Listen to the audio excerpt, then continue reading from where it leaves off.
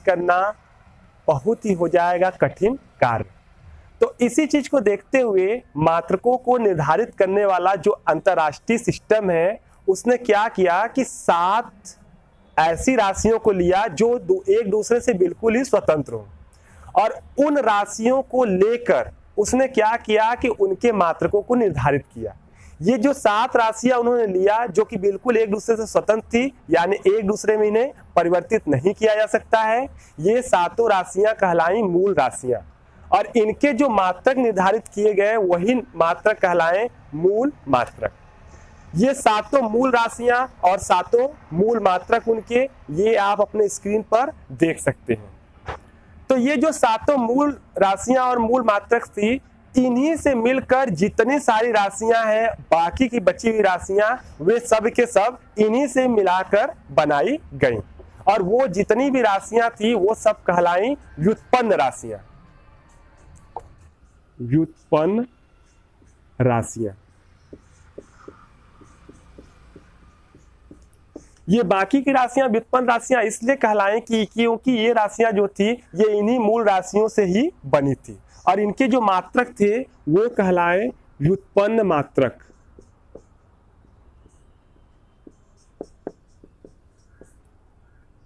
क्योंकि इनके जितने भी मात्रक थे ये मूल मात्रकों से ही बने थे।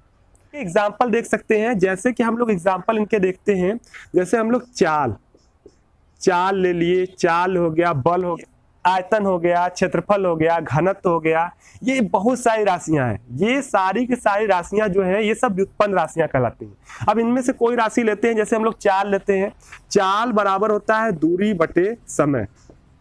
तो आप यहां से देख सकते हैं कि दूरी एक अलग राशि है, ये एक अलग राशि है, और 2 राशियों से मिलकर बना है। तो अगर एक तरह से देखेंगे दूरी जो राशि है ये लंबाई, एक तरह से लंबाई को बताती है, तो लंबाई एक है मूल राशि और समय भी है एक मूल राशि। तो ये मूल राशियों से मिलके ही सारी की सारी व्युत्पन्न राशियां बनती हैं। और अगर इसके मात्रक का निर्धारण करें तो लंबाई का मात्रक होता है मीटर और समय का मात्रक होता है सेकेंड। तो इस तरह जो ये आपका इनका मात्रक बना है, ये मात्रक भी मूल मात्रकों से ही मिलके बना है, तो इसलिए इसे कहेंगे व्युत्पन्न मात्रक।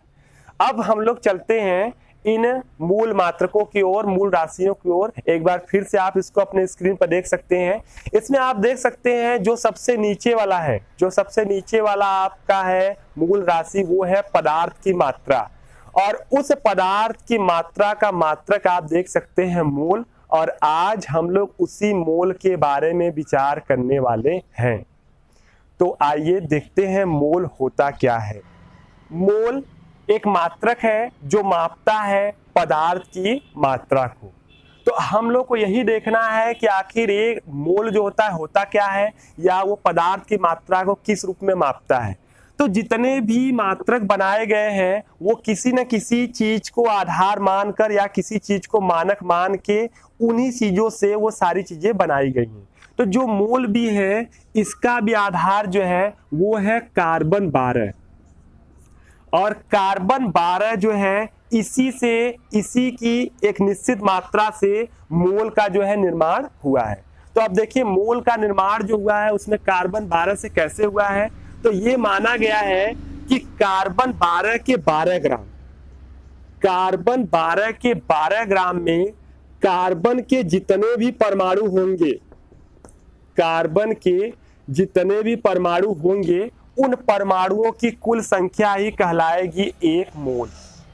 कार्बन 12 लेंगे, उसका 12 ग्राम लेंगे, इस समय जितने परमाणु होंगे उन परमाणुओं की संख्या कहलाती है 1 मोल। या उसके बराबर संख्या में कोई चीज भी उपस्थित है तो कहेंगे कि ये 1 मोल जो है पदार्थ उपस्थित है। तो यहाँ पर हम लोग बात करते हैं यहाँ पर कि कार्बन 12 का 12 ग्राम लिया गया है, तो इसमें जितने भी परमाणु होंगे उतनी संख्या में परमाणु होंगे तो वही कहलाएगा 1 मोल। तो बाद में जब वैज्ञानिकों ने इस कार्बन 12 के 12 ग्राम में परमाणुओं की संख्या को ज्ञात किया तो उन्होंने पाया जो इसमें कणों की संख्या यानी परमाणुओं की संख्या जो प्राप्त हुई वो प्राप्त हुई 6.022 इंटू 10⁻23। इतनी संख्या में कार्बन 12 के 12 ग्राम में कार्बन परमाणुओं की संख्या प्राप्त हो गई। बस यही संख्या ले लिया गया और इसी संख्या के बराबर कोई भी पदार्थ अगर कोई भी कण उपस्थित है तो उसे हम लोग कहते हैं एक मोल। यानी कि इतनी संख्या में कोई भी कण हो, कण में परमाणु भी हो सकता है, अणु भी हो सकता है, आयन भी हो सकता है या फिर अन्य कण भी हो सकते हैं, वो कहलाएगा एक मोल। अब एक और चीज जान लेते हैं कि ये 6.022 गुणे 10⁻23 ये क्या है। तो ये एक स्थिरांक है, एक अंक है जिसको वैज्ञानिकों ने ज्ञात किया था और इसको हम लोग प्रदर्शित करते हैं Na से और इसको हम लोग कहते हैं आवोगाद्रो संख्या। आवोगाद्रो संख्या, ये आवोगाद्रो संख्या कहलाती है। लेकिन आपको याद रखना है कि ये जो है संख्या इसमें निकाली गई, ये आवोगाद्रो नाम के वैज्ञानिक के द्वारा नहीं निकाली गई थी, ये अनेक वैज्ञानिक मिलकर इसको निकाले थे। लेकिन आवोगाद्रो एक महान वैज्ञानिक थे तो उनके सम्मान में इस संख्या का नाम रख दिया गया आवोगाद्रो संख्या। तो सिंपल सी बात, परफेक्ट आपको पता चली गया होगा कि इस आवोगाद्रो संख्या के बराबर कोई भी कण अगर कहीं उपस्थित होता है तो उस मात्रा को हम लोग कहते हैं एक मोल, इसे कहेंगे एक मोल। यानी एग्जाम्पल में अगर कहीं पर बोल दिया गया एक मोल नाइट्रोजन परमाणु, तो इसका मतलब ये है कि यहाँ पर 6.022 इंटू 10⁻23 नाइट्रोजन के परमाणु वहां पर उपस्थित हैं। कहीं बोल दिया गया कि एक मोल H2O अणु, इसका ये मतलब है कि 6.022 इंटू 10⁻23 H2O के अणु जो है कि वहां पर उपस्थित हैं, इतने अणुओं को कहा जा रहा है। यदि कहीं बोल दिया गया कि एक मोल Na प्लस आयन, तो इसका ये मतलब है कि बोला जा रहा है कि वहां पर Na प्लस आयनों की संख्या जो है वो 6.022 इंटू 10⁻23 आयन है। यदि बोल दिया गया एक मोल इलेक्ट्रॉन, तो इसका मतलब यहाँ पर है 6.022 इंटू 10⁻23 इलेक्ट्रॉन है। अगर बोल दिया गया एक मोल प्रोटॉन, तो इसका मतलब 6.022 इंटू 10⁻23 प्रोटॉन यहाँ उपस्थित है। आगे चलते हैं और हम लोग बात करते हैं मोलर द्रव्यमान की।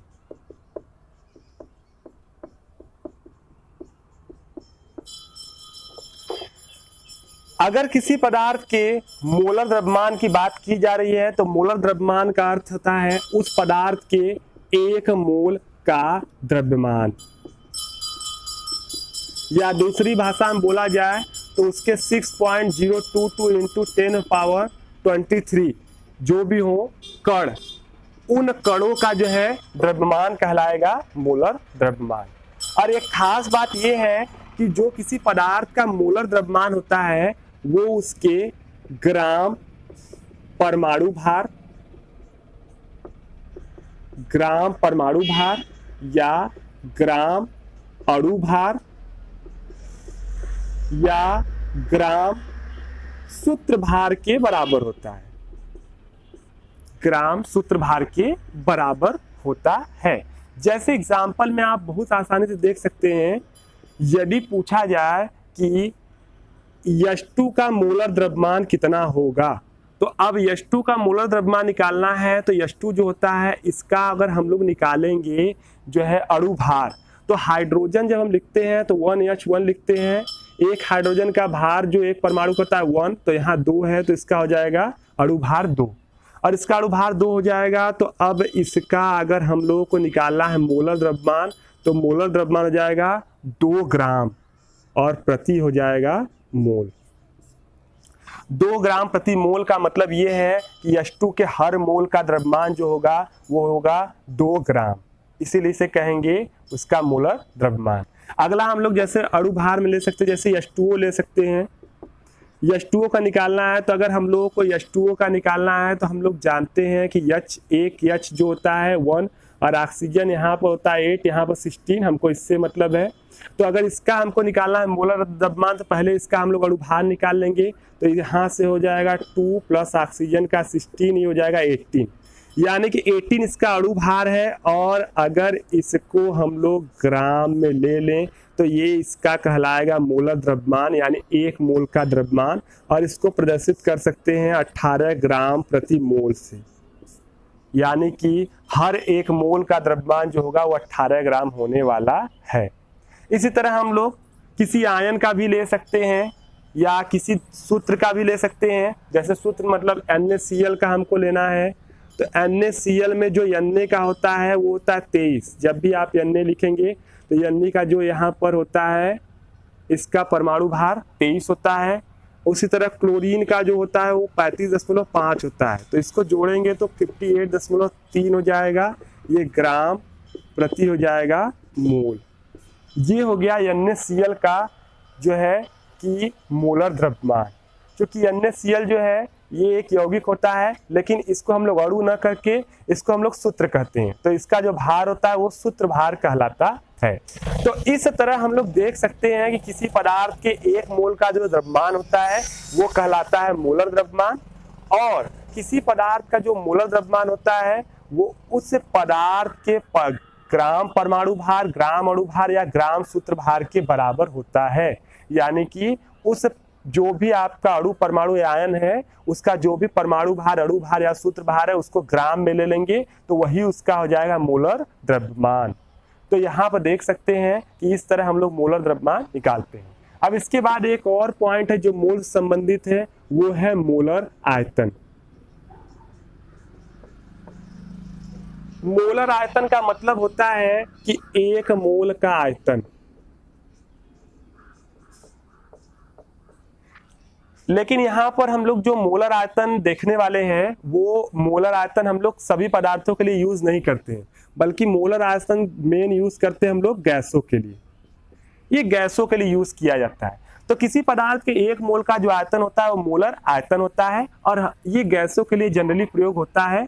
और जो हम लोग इसके लिए जो है कि गैसों का मोलर आयतन जो नापते हैं वो हम लोग नापते हैं अधिकतर या सामान्यतः नापते हैं STP या NTP पर।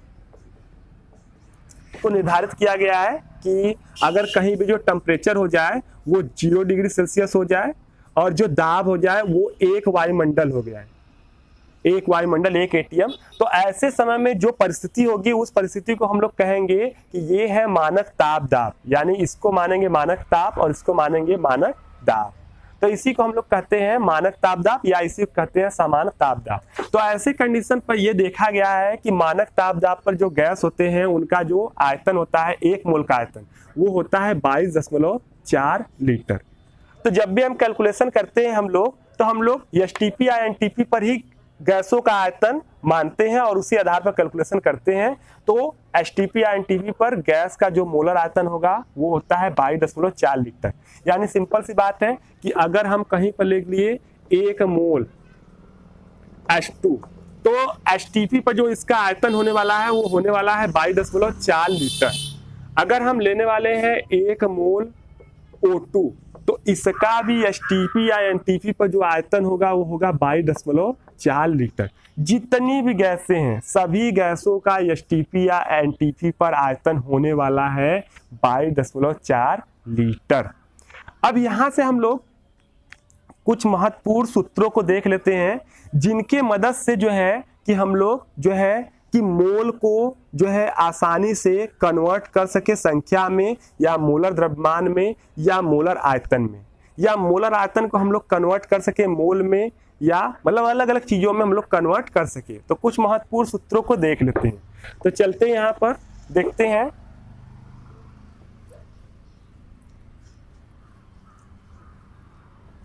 पहला हम लोग देखते हैं कि अगर कहीं पर संख्याएं ढेर सारी दी गई हों और उस समय आपसे पूछा जाए कि इसमें मोलों की संख्या बताइए, तो उसके लिए हम लोग सूत्र का प्रयोग करते हैं। उसके लिए हम लोग सूत्र का प्रयोग करेंगे। जैसे मोलों की संख्या पूछा जाए और आपको कणों की संख्या दी रही है, तो उसके लिए हम लोग क्या करेंगे कि जो कणों की संख्या दी गई है, कणों की संख्या कुछ भी दी गई है, तो हम लोग ये जानते हैं कि एक मोल में कणों की संख्या इतनी है, तो कणों की संख्या देकर उसमें जो है पूछा जाए मोलों की संख्या, तो एक मोल में जो कण होते हैं उससे इसमें दे देते हैं भाग, यानी यहाँ पर भाग दे देते हैं आवोगाड्रो संख्या यानी Na से, जिससे हम लोगों को मालूम चल जाता है कि इसमें मोलों की संख्या कितनी है। जैसे एक एग्जाम्पल में हम लोग देख लेते हैं, जैसे पूछ दिया जाए कि 6.022 इंटू 10⁻24 नाइट्रोजन परमाणुओं में मोलों की संख्या बताइए। तो अगर ऐसा पूछ दिया जाएगा तो हम लोग यहाँ पर जिसमें पूछा जा रहा है उसे लिखेंगे ऊपर, यानी 6.022 इंटू 10⁻24 ये नाइट्रोजन के परमाणु है और पूछा है कि इसमें कितने मोल होने वाले हैं। तो इससे हम भाग देंगे आवोगाड्रो संख्या यानी 6.022 इंटू 10⁻23 से। तो आप देख सकते हैं यहाँ से आसानी से सॉल्व करेंगे तो यह जाएगा 10 मोल, यानी कि अगर 6.022 इंटू 10⁻24 नाइट्रोजन के अगर कहीं पर परमाणु उपस्थित है तो उसमें उसके मोलों की संख्या आ जाएगी 10 मोल। यहाँ से आप अगर मोलों की संख्या दिया है और उसमें पूछ दे कि इसमें कितने कण होंगे यानी कितने अणु परमाणु आयन होंगे तो वो भी निकाल सकते हैं आप। इसको यहाँ ले जाकर यहाँ से अगर आपको कणों की संख्या अगर आपसे पूछ दी जाए तो ये आप निकाल सकते हैं इसी सूत्र से। ये मोलों की संख्या इंटू आप कर सकते हैं आवोगाड्रो संख्या यानी Na। जैसे आपसे पूछ दिया गया कि 5 मोल ऑक्सीजन अणुओं में कुल अणुओं की संख्या बताइए।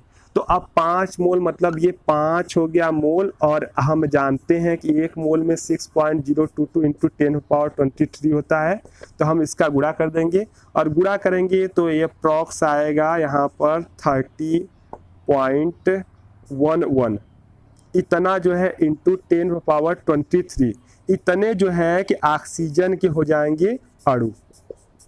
तो आपका इतने ऑक्सीजन के अणु होने वाले हैं 5 मोल में। इसको ऐसे भी लिख सकते हैं 3.011 इंटू 10⁻24। तो इतने ऑक्सीजन के अणु मिलने वाले हैं। तो आपको इन 2 प्रकार से सवाल मिल सकते हैं जिससे आपको पूछा जा सकता है कि यहाँ पर जो है कणों की संख्या देकर आपको मोल पूछा जा सकता है और मोलों की संख्या देकर उसमें कणों की संख्या पूछी जा सकती है। अगला जो है मोलर द्रव्यमान संबंधित हम लोग क्वेश्चन भी देख लेते हैं कि उससे संबंधित कैसे क्वेश्चन आते हैं। तो सेम जो है कि यहाँ पर हम लोग सेम देखते हैं कि आपको ऐसे ही क्वेश्चन पूछ लिया। मोलर द्रव्यमान में क्वेश्चन कैसे पूछे जाएंगे, जब वहां पर भार से संबंधित चीजें हों, वहां भी निकालने के लिए होगा मोलों की संख्या ही, वहां भी बात की जाएगी मोलों की संख्या। लेकिन जब किसी द्रव्यमान के अंदर मोलों की संख्या पूछी जाए तो आप मोलर द्रव्यमान वाला फार्मूला यूज करेंगे।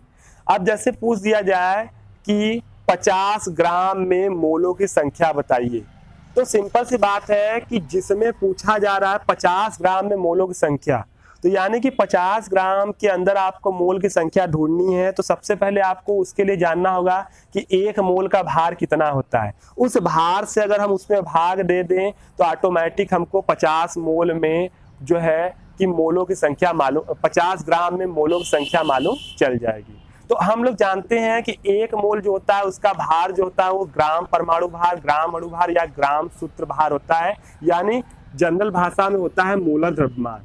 तो मतलब कि अगर किसी भार में हमसे पूछ दिया जाए मोलों की संख्या तो उसमें हम मोलर द्रव्यमान से भाग दे दें तो हमको मोलों की संख्या मालूम चल जाएगी। यानी मोलों की संख्या बराबर हम लिख सकते हैं कि पदार्थ का द्रव्यमान, ये पदार्थ का द्रव्यमान हमेशा ग्राम में लेते हैं याद रखिएगा, बटे यहां हम ले सकते हैं पदार्थ का मोलर द्रव्यमान, मोलर द्रव्यमान। अब पदार्थ के मोलर द्रव्यमान की जगह आप ग्राम परमाणु भार ले सकते हैं, जबकि यहाँ पर दिया गया पदार्थ परमाणु हो, ग्राम अणु भार ले सकते हैं जब अणु हो, ग्राम सूत्र भार ले सकते हैं जब कोई आयनों से मिलकर बना हुआ कंपाउंड हो। तो यहाँ पर देखिए ये सिंपल सा सूत्र हो गया जिससे हम लोग मोलों की संख्या बड़े ही आराम से निकाल सकते हैं। इसका सूत्र है पदार्थ का द्रव्यमान ग्राम में बटे पदार्थ का मोलर द्रव्यमान। मोलर द्रव्यमान का मात्रक होता है ग्राम प्रति मोल। अब यहां से जैसे एक क्वेश्चन आ गया कि 72 ग्राम जल में उसके मोलों की संख्या बताइए। 72 ग्राम जल में उसके मोलों की संख्या बताइए। तो सिंपल जो उसका द्रव्यमान दिया है 72 ग्राम वो है ऊपर, और जल का मोलर द्रव्यमान निकालना है। तो H2O के मोलर द्रव्यमान के लिए हम लोग निकाल सकते हैं यहाँ पर 2 + 16 = 18। तो यहाँ 18 से भाग दे देंगे तो ये आपका हो जाएगा जो है यहाँ पर कट के 4 ग्राम। H2O का जो अणु भार है वो 18 आता है, तो 18 से इसमें भाग दे दिए जिससे ये निकल के आ गया 4 ग्राम। देखिए 72 ग्राम है और नीचे जो था मात्रक वो ग्राम बटे मोल था, मोल ग्राम बटे यहाँ पर मोल था। और देखिए यहाँ से ये ग्राम ग्राम कट गया तो ये मोल ऊपर आएगा, तो आंसर जो आएगा वो आएगा 4 मोल। जाहिर सी बात है मोलों की संख्या निकालना है तो यहाँ मात्रक भी मोल आना चाहिए। अब यहाँ से जो हो गया 4 मोल, ऐसे ही आपको क्वेश्चन मिल सकते हैं। और एक और बहुत जरूरी चीज देखिए कि कभी कभी ऐसा भी होता है कि आपसे पूछ दिया जाए जो है पदार्थ का द्रव्यमान कि 5 मोल में पदार्थ का द्रव्यमान क्या होगा 10 मोल में, तो वो भी आप निकाल सकते हैं।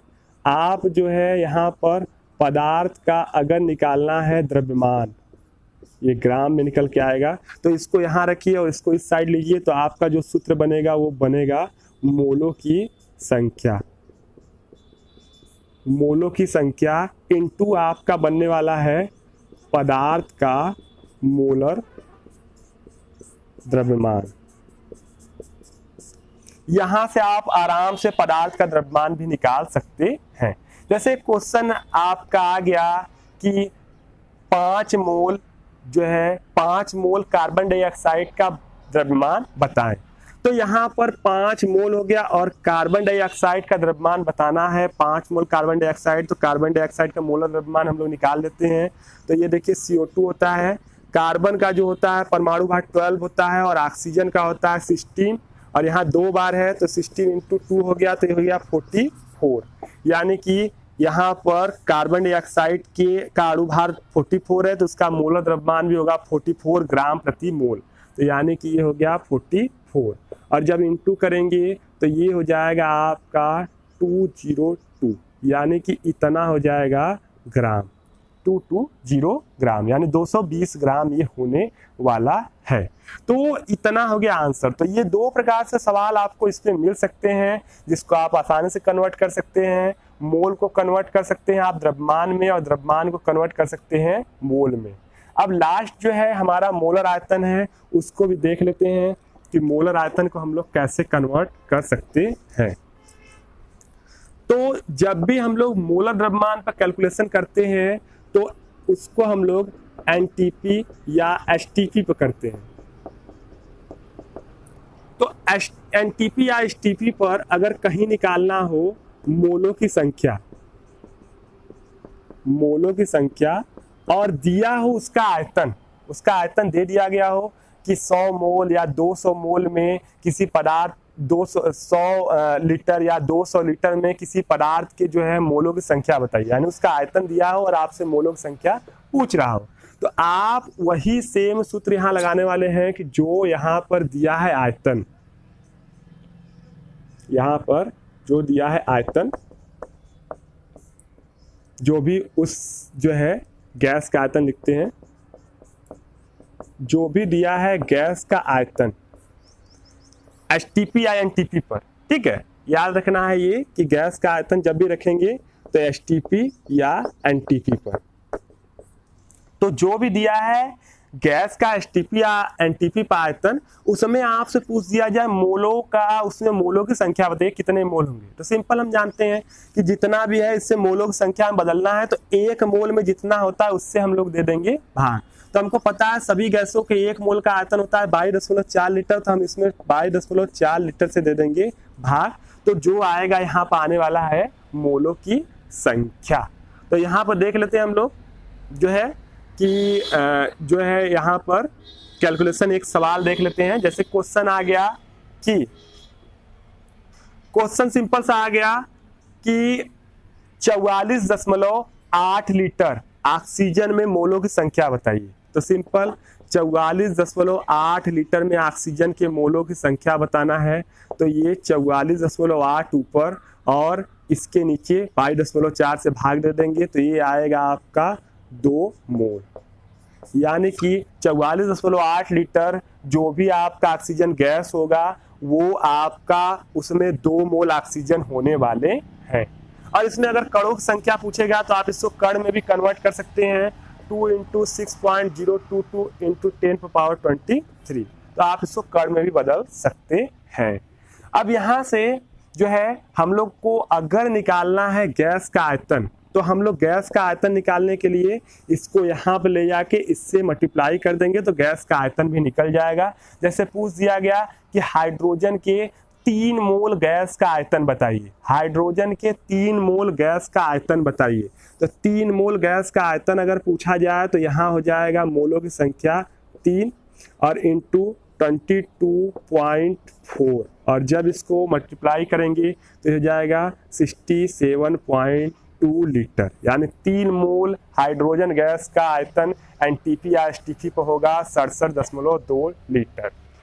अब जो है कि यहाँ पर हम कुछ मोल पर आधारित आपको क्वेश्चन दे रहे हैं जो आप अपने स्क्रीन पर देख सकते हैं।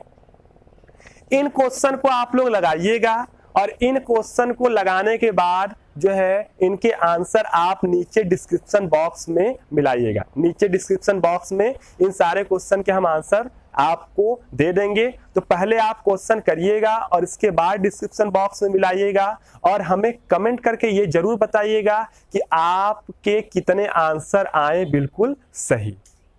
तो आज के लिए बस इतना ही, मिलेंगे नेक्स्ट वीडियो में। तब तक के लिए धन्यवाद। यदि आपको हमारा वीडियो अच्छा लगा हो तो इसे लाइक और शेयर करना ना भूलें।